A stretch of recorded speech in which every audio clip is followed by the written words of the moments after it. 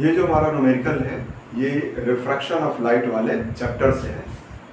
Question ये है कि ray of light travels from vacuum into a medium of refractive index under root 3. Then find the angle of incidence if refracted ray makes an angle of 60 degree with separating surface. यानी question ये कह रहा है कि एक light रे है जो वैक्यूम से एक मीडियम में जा रहा है और उस मीडियम का रिफ्रैक्टिव इंडेक्स अंडर रूट 3। तो हमें एंगल ऑफ इंसिडेंस फाइंड करना है और यहाँ भी ये दिया है कि जो हमारा रिफ्रैक्टेड रे है वो सेपरेटिंग सरफेस के साथ 60 डिग्री का एंगल बनाना है। और ऑप्शन यहाँ पे दिया हुआ है 30 डिग्री, 45 डिग्री, 60 डिग्री और 75 डिग्री। तो हमें ये बात पता है कि एक मीडियम का refractive index, angle of incidence और एंगल ऑफ रिफ्रैक्शन के बीच जो रिलेशन होता है वो होता है आपका mu, refractive index of the medium, और ये है sine angle of incidence sine I by sine R, यानी आर क्या है, एंगल ऑफ रिफ्रैक्शन।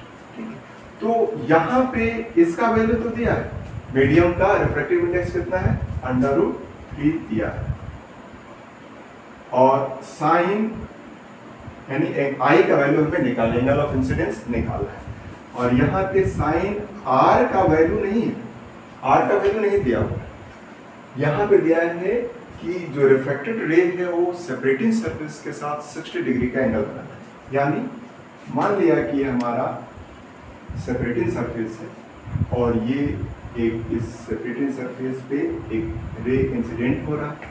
ठीक, तो रिफ्लेक्शन के बाद ये किधर बेंड होगा उसको फाइंड करने के लिए सबसे पहले हम इस सेपरेटिंग सरफेस पे एक नॉर्मल ड्रॉ करते हैं। अब लाइट रेयर मीडियम से डेंसर मीडियम में जा रहा है, इसलिए लाइट किधर बेंड होगा, टुवर्ड्स द नॉर्मल, यानी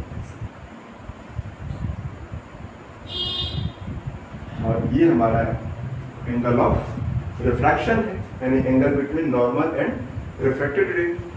लेकिन यहाँ पे जो वैल्यू दिया है किसका दिया है कि रिफ्रैक्टेड रे makes an angle of 60 degree with separating surface, यानी ये वैल्यू आपको गिवन है 60 डिग्री। तो ऑब्वियस सी बात है कि नॉर्मल और सेपरेटिंग सरफेस के बीच एंगल कितना होता है, 90 डिग्री का।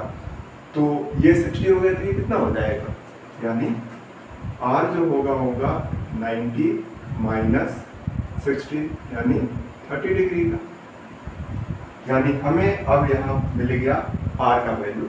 तो हम लिख सकते हैं under root 3 equal to sine I by sine 30। तो साइन आई कितना होगा, under root 3 into sine 30, again sine I equal to हो जाएगा आपका अंडर रूट 3 और साइन 30 का वैल्यू 1/3, यानी आई क्या हो जाएगा, ये हो जाएगा साइन इनवर्स अंडर रूट 3/2।